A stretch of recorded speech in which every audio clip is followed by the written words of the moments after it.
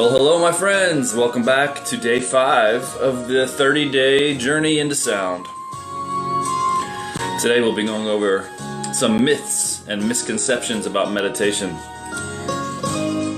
Ritual versus routine.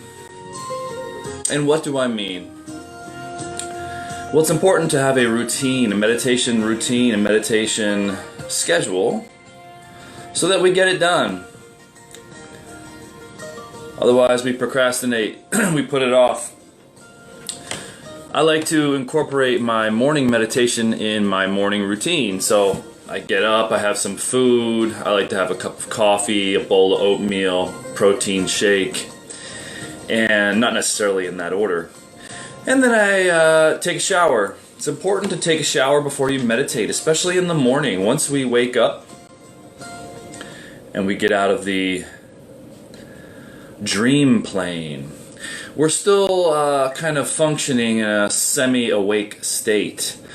And of course, that's why a good old-fashioned cup of coffee can be very helpful before you meditate, or a cup of tea, whichever you prefer. It's best to be very alert and very awake when you meditate. And taking a shower will wash away any sort of energetic imprints that we receive during the dream plane, and it can help to wake you up. Now, if you really want to go to that extra level, I like to do a cold shower in the morning. So not completely cold. I start off with the typical hot shower, wash up, shampoo, do all that, and then I turn to the cold water. Step out for a second, let it get cold. Take a big deep breath, brace myself, and then boom, into that cold water. Oh my God, it's a shock for the first 5 or 10 seconds, but it wakes you up. It's a way to strengthen your immunity. It's a way to strengthen your resolve. It's a way to strengthen to overcome fear. Because let's face it, who likes cold water? I sure don't. But I love the fact that it gives me a shock. It gives me a benefit that I overcome with perseverance. It's very similar to meditation. There's a lot of myths and misconceptions about meditation out there. What is meditation and how exactly to practice? And unfortunately, I see a lot of poor advice online all the time about meditation. What meditation is, what meditation isn't. And I've been meditating for over 30 years. I began my first meditation training with my first martial arts teacher back in 1989. So that tells you how old I am.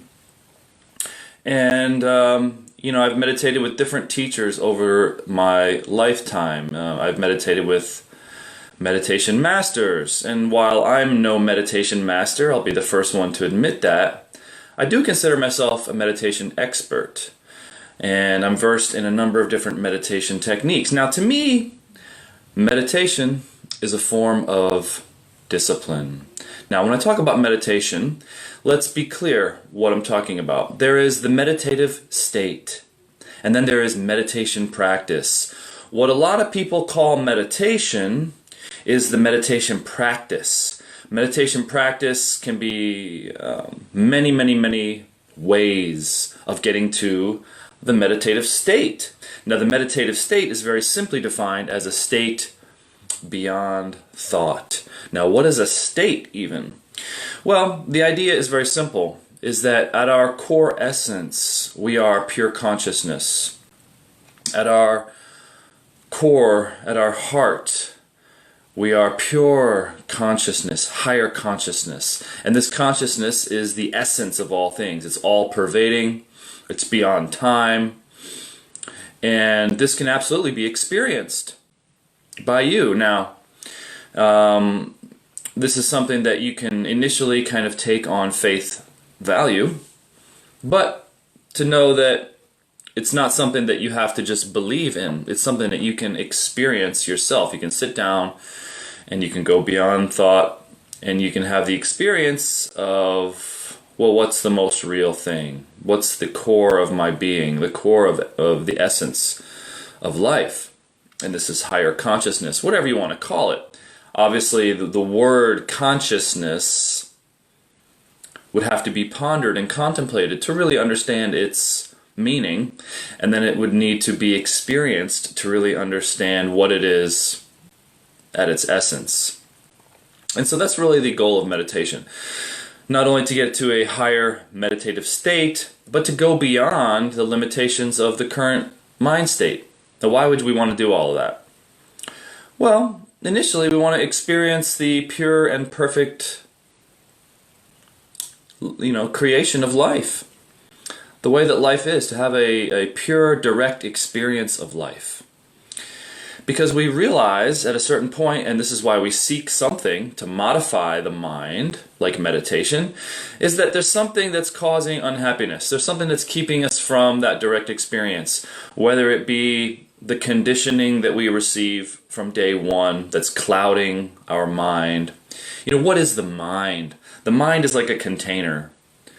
There really is no mind. The mind is just a container of contents, a container of thought, a container of images, a container of memory. It's sort of like the screen when we go to the theater, when we go to the movies. The mind is just like the blank screen. And we project thoughts, images, movies, memories, ideas. We project them all onto the screen of the mind. And meditation is a way to wipe that screen clean, to wipe the slate clean, and experience that pure, clear, perfect state for as long as we can, for as long as we can muster. And then what happens is usually there's a return after practice to somewhat of the way that our mind state was prior to the meditation. Now, the idea is that if you meditate regularly over time, there should be some sort of a transformation. There should be some sort of a transmutation, meaning a change of the mind. Because what would be the point of meditation otherwise? Just to have like a good experience and sit down and have this experience and then come back and everything's the same? Or an actual transformation of the mind, of the body, of the emotions, of the entire being, so that we ourselves become more pure, more real, more refined, less defined, and closer to reality. Whatever you want to call it. You could say closer to God, closer to the universe. Although I don't like using the word universe, because that has been... I don't really like using the word God either, because that's been sort of used. I don't even like using the word meditation, because there's so many different misunderstandings of meditation. So we're reviewing the myths and the misconceptions of meditation. What is meditation? Well, initially, meditation is concentration. And there's a lot of myths and misconceptions about the initial steps of meditation. What do we learn when we want to sit down and meditate? Or what are we taught? What sort of information is out there about meditation? Well, we're told that we sit down to meditate and to focus on our breath. Just focus on the breath. And then when the mind wanders, return our attention to the breath. Now, there's nothing wrong with that instruction. It's sort of a halfway, half instruction. There's a whole nother side to meditation. And that is the transmutation side, the transformation side, the change. Is that going to change? Or is my mind going to return back to its that it was prior to the meditation session? How does our life get better? Get off the wheel of attachment. How do we get off the wheel of addiction? How do we get off the wheel of to the sense of self? Because I don't know about you, but to me, freedom. Meditation is about enlightenment. Meditation is a practice, and it's a discipline. It's a process. Original, native, already perfect within us, or within all things, or let's just say existing here and now, is a pure and perfect state excuse me, of higher consciousness. It's always existed. It existed before we existed. And we can know this. We can experience this because when we meditate, when we can truly go beyond the distractions, when we can still our bodies, when we can reach a state of equilibrium and stillness within the emotions and the energy, when we can still the mind, for just a moment even, there's a glimpse of what's beyond the thoughts, beyond the identity. And this is the pure and perfect being. It's a state of being, beyond states, beyond dimensionality, beyond time, beyond space. And this exists eternally. And this is what's been talked about by the masters over the years. It's good to know where you're going. It's good to know where the meditation journey can take you. And of course, along the way, we're getting rid of stress. Along the way, we're getting rid of anxiety. That just falls away. We're getting rid of that mental chatter. That just falls away. We move beyond that. We realize that our awareness is something that can be free. It can be free from attachment. Right now, perhaps your attention, your awareness, the idea of who you are is attached. It's attached to your identity. It's attached to your body. It's attached to the thoughts, the dreams, the desires, the seeking, the wanting for things. And there's nothing wrong with wanting things. There's nothing wrong with desire. I don't like to put things in categories of necessarily right and wrong. I think there is appropriate and inappropriate for your goals. And whatever, you have to determine why. Why are you meditating? Is it something that you are truly engaged and interested in because you want to know beyond a shadow of a doubt what you're all about, what life is all about? Or is it just something where you have a, sort of an interest in, you want to just check it out, and, nothing wrong with that either. We all started at a certain point. But to really get the results from your meditation practice, and what I mean by results is a transformation, a change. And, we all know that nothing is permanent. The body is not permanent. The life situation could change at any time. We're healthy today, we could be sick tomorrow. We're alive today, we could die tomorrow, Life is, on this particular dimension, life is not for sure, 100%. And this is the idea that within creation, there is change. That's the one thing that you can count on, is that there is change within creation. And there's something that is beyond creation. There's something that's beyond change. There's something that is eternal, perfect, and always present. And by present, it transcends all time and dimension. And so this is that eternal reality that is the source of all things. You could call it whatever you want to call it. There's a number of names that have been given to not only the idea of this, but the concept of realizing this, of realizing truth, God realization, of liberation, of enlightenment, all these names, all these words.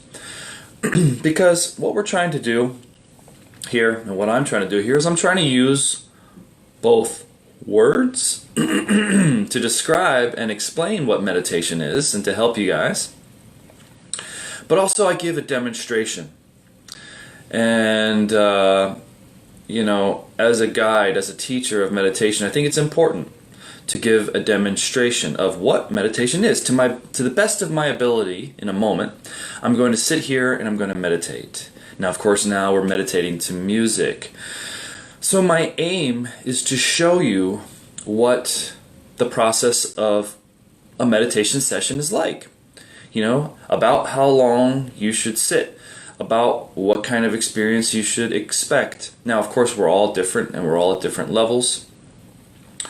And, you know, I like to talk to the beginners, brand new to meditation, and I like to talk to the intermediate and advanced practitioners of meditation, because we're all in this thing together. We all live on the same planet. We're all about the same in terms of, you know, our condition. You know, maybe you have a little bit more experience than others, and that can be a good thing. It can also be a bad thing. Sometimes we get stuck in our ways. I think it's a good idea to have a few meditation techniques in your arsenal. Meditating to music is one of them for me. It's not necessarily the way that I meditate all the time. As you may or may not be aware, I've come on in the past and offered different techniques. For example, the single-pointed mind technique on the chakras, where you can hold your attention on the chakras, feel the chakras, and when the mind wanders, you return your attention back to feeling the chakras. Now, there's many different benefits to that meditation, but for some, that can seem somewhat elusive in the beginning. You know, oh, I can't feel my chakras, so it may be very difficult to practice that technique at first. Maybe, maybe not. Depends on the individual. But that's why I like to come on and offer a few different options for you guys. So perhaps meditating to music is your ticket. And what I mean by ticket is it'll give you a glimpse into what the meditative state is like. So when we sit and we focus on the music, what we're doing is very similar to sitting and focusing our attention on the breath. We're interrupting that scattered thought stream that the mind is incessantly going on, that inner narration, that mental chatter, the mental activity. It's like waves in an ocean, or it's like dirt in water. If there is muddy water, if there's a choppy ocean, we can't see below the surface. We can't see through. The light cannot shine through. Water, in its essence, is very much like the mind. When water is perfectly still, perfectly clear, perfectly clean, well, it reflects. And the light can shine right through. It's perfectly clear. And so the idea is that the mind, our awareness, is perfectly clear at its natural, native state. So over years, over the years of your life, over the lifetimes, we've accrued, we've collected, we've been imprinted forms, many forms, thoughts, languages, ideas, pictures, images, ideas of the world, descriptions, definitions. This is what life is. This is how we view life. This is what we do in life. All of these thoughts are not necessarily true, if you've noticed. Now, sure, within them we can find relative truths. You know, we can say, well, this and this equals this because we've determined what this and this is. In order to do that, we have to agree what this and this is to begin with. And so hopefully you get the idea that all these concepts, all these thoughts in the mind are mere illusions. Now, they may seem real. Your description of the world may seem real. It may seem concrete. But when you just turn it off for a second, you see that it was just a thought. It was just a dream. In fact, that's what it is. Life is a dream.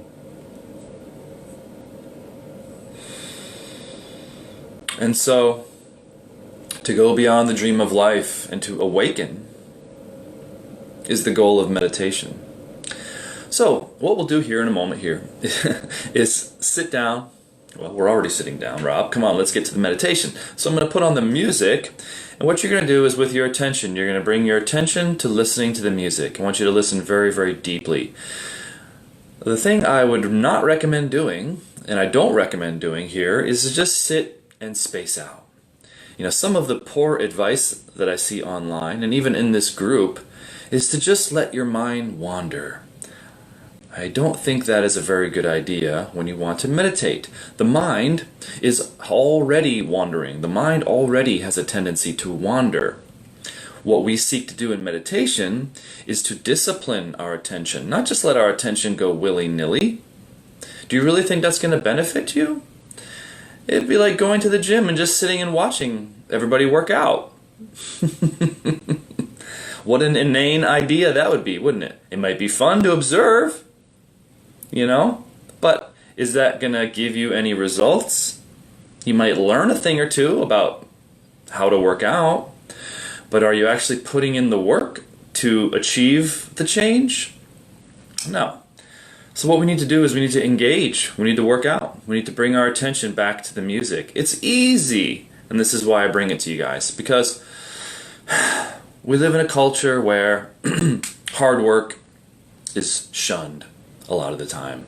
But I can tell you from experience that hard work is what gets you results. Whether it's physical, whether it's emotional, whether it's mental, whether it's your skill, your art, your craft. It's dedication, discipline, consistency. It's no different from meditation, my friend. And I think we all know this on an internal, intuitive level. And so that's why I'm here, to help remind you of this fact and to inspire you and to motivate you. So, when we're sitting and listening to the music, we're redirecting our attention to the music and trying to just listen. Keep your attention on listening. Listen to the music in detail. Enjoy the music. And then what you might find is that your attention will then wander. It'll wander off back into thought. Why does it do that? Why can't it just stay? Well, this is simply due to the habit of the mind. Because we've allowed our mind to wander, the mind has a tendency to wander. Makes sense, doesn't it? So why would we want to do that in our meditation practice? We only have a certain amount of time here. Now, I don't know about you, some of us have to work, some of us have projects, some of us have chores, some of us have things we need to do around the house. Maybe we've got a shopping list today, maybe we've got to do some home improvement, maybe you got to go to work, maybe you got to watch the kids, maybe you got to clean, maybe you got to study. So would you rather spend your 20, 25, 30 minutes in a focused state that's going to improve the way that your mind works, that's going to train the mind to be in the moment, that's going to set up a new habit, a new tendency, or would you rather just sit and space out and allow the mind to wander and then come out of the meditation not much different than when you went in? Well, I don't know about you, but I think the first choice makes sense to me. So, with that said, when we sit down and listen to the music, and the mind does have a tendency to wander, we bring our attention back to listening to the music. Now that's process number one. That's going to be ongoing, and that is going to be something that you will continue to do to redirect the attention back to the music as long as the mind is wandering. So that could be the entire process. That could be the entire 20 minutes of the meditation, or 30 minutes, or however long you're doing it. But I guarantee you that with time and discipline and willpower, that the ability to hold your attention on a single object, whether it be the breath, whether it be a mantra, whether it be the music, it will improve. And chances are it will improve within 5 to 10 minutes of your meditation session. So that's step one. Step two is to allow yourself to melt into the music. Allow yourself, and this is oftentimes the instruction that is not given, because I think it freaks people out. What do you mean, melt into the music? What do you mean, melt? I'm scared of melting. I'm melting. Wizard of Oz? Anyone? Well, the idea of what we are melting are the structures that are obscuring the pure, perfect perfection of reality that's already present within our being. We are trying to dissolve the obscurations, dissolve the structures that are in the way. And for a moment, step out of time. For a moment, dissolve the self. Loosen the self knot. And this is done through the process of surrender. Now, you might have heard of the term surrender. So we have basically a dual fold process here when we meditate. And that is redirection of attention and simultaneous surrender. So we're constantly redirecting our attention to the music and trying to eventually hold our attention on the music for a long period of time. Simultaneously, as we are doing that, our attention might jump back to our bodies and we might observe tension, physical tension, muscular tension, tension in the face, tension in the body. And we let that go and we surrender that and we redirect our attention back to the music. And so this process will be ongoing until there's sort of an evenness that begins to occur. And what we're shooting for here by the end of the meditation or in the middle of the meditation or even in the beginning of the meditation is perfect listening. And perfect listening occurs when there is no longer a listener. When you've completely merged with the music. Now, that might not happen in your first time, and that's okay. It might not happen in your first week, and that's okay. It may take time. But if you follow along and you truly did the meditation every day challenge, it may happen within the first 30 days. Now, wouldn't that be awesome?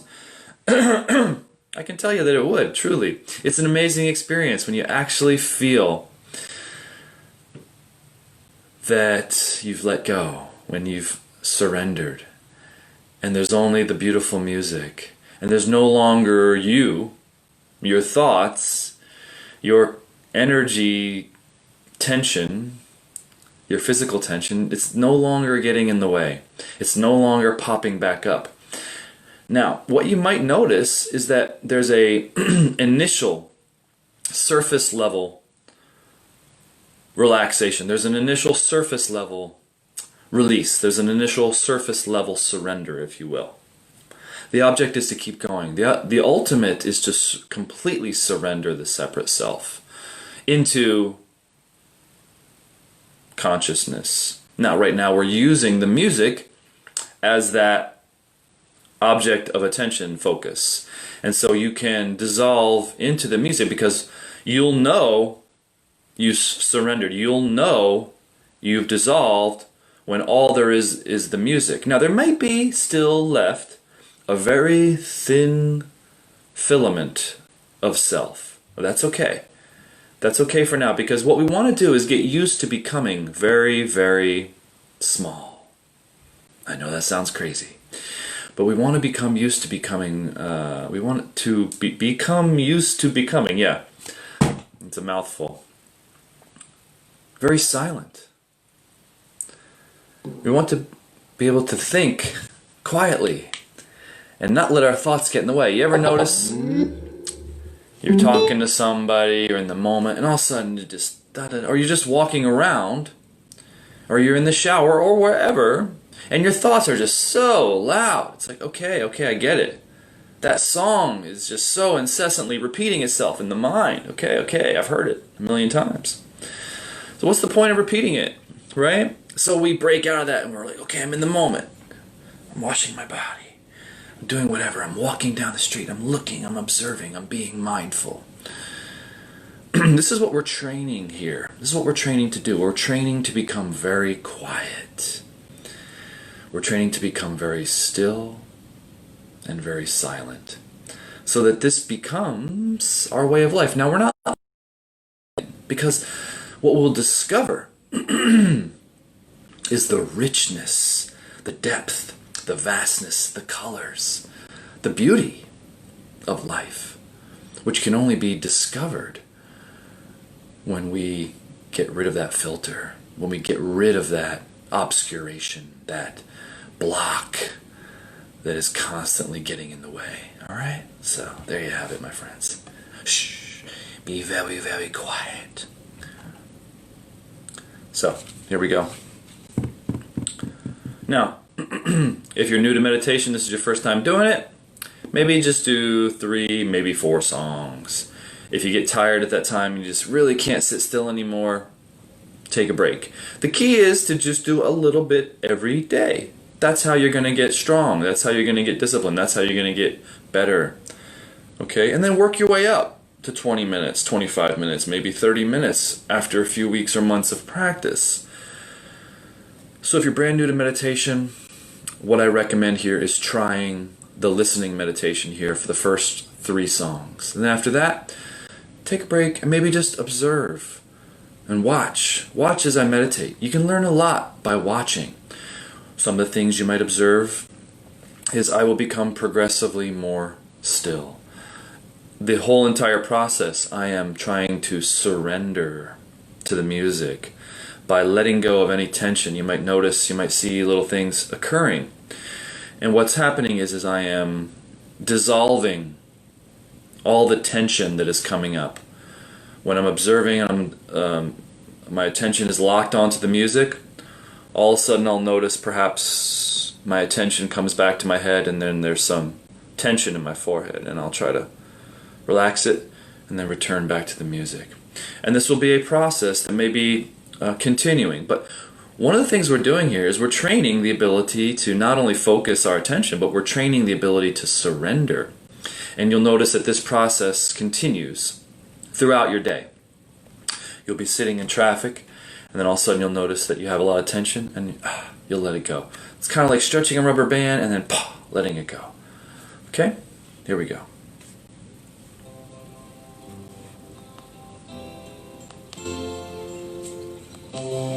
Now this music is available for download at the top of the group in the announcements section.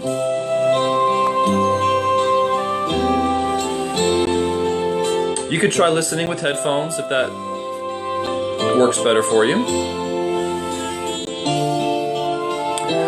So I recommend sitting up straight, whether you're seated on the floor or sitting in a chair. I don't recommend laying down. You'll get too sleepy. It's best to be very alert and awake when you meditate. Yes, here we go. Take a couple of deep breaths before we get started. In the nose, out the mouth.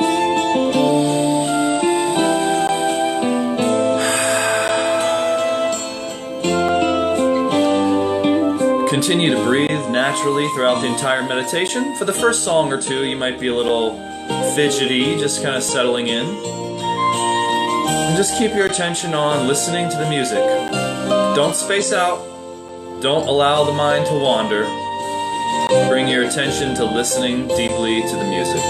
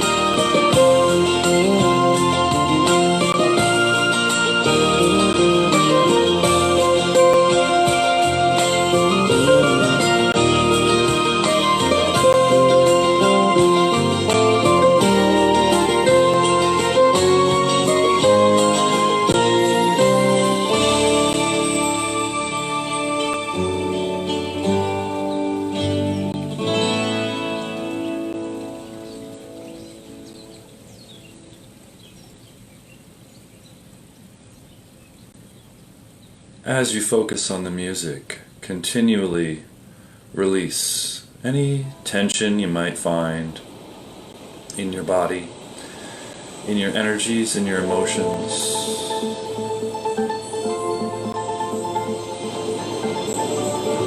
Continually release the contraction. Open up, surrender. Be free. Be still. And be silent.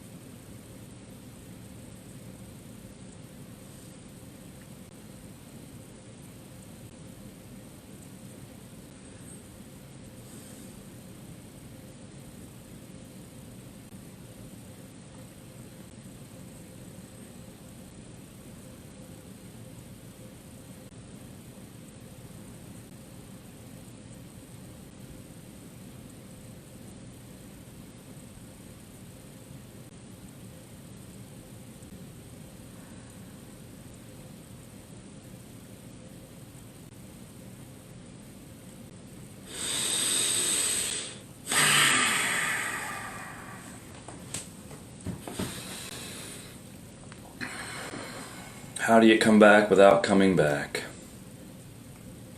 That's the trick.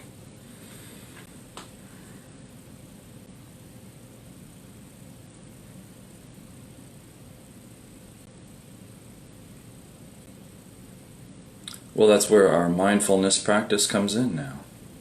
Now that we've meditated and reached a higher state of consciousness, we've stopped or maybe slowed down thoughts.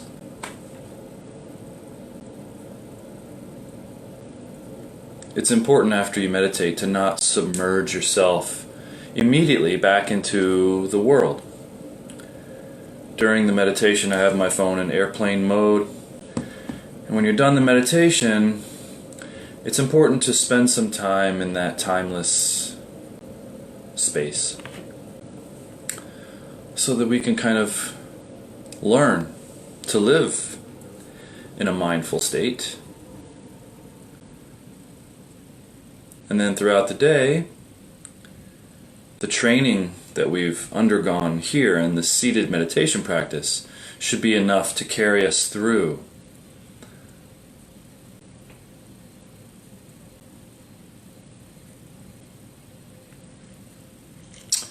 And this is why we meditate every day, because even in a particular meditation session, it may be challenging. We might feel like, oh, I meditated better yesterday. But the fact that you did it today, regardless of that fact that you tried your best, there's a daily discipline that will accumulate, and it will reverberate, and it will acclimate and change over time. So there's many different ways to transform in your practice. There's the transformation that occurs within one individual session. You're taken from a certain norm and then brought up to a higher level of consciousness. And then throughout the day you're trying to maintain that. And then we meditate again, and then we meditate again. We continue to meditate each day until higher consciousness just becomes the norm. But in order to do that, we have to undergo a transformation. We have to reshape the mind. We have to discipline the mind. We have to learn not to just let our minds wander. The worst advice you could ever take: let your mind wander. I'll have to address that today in the group. Okay, my friends. Well, back to life, back to reality, or back to the illusion, back to a sub-reality. Who knows? We'll figure it out together. Take care.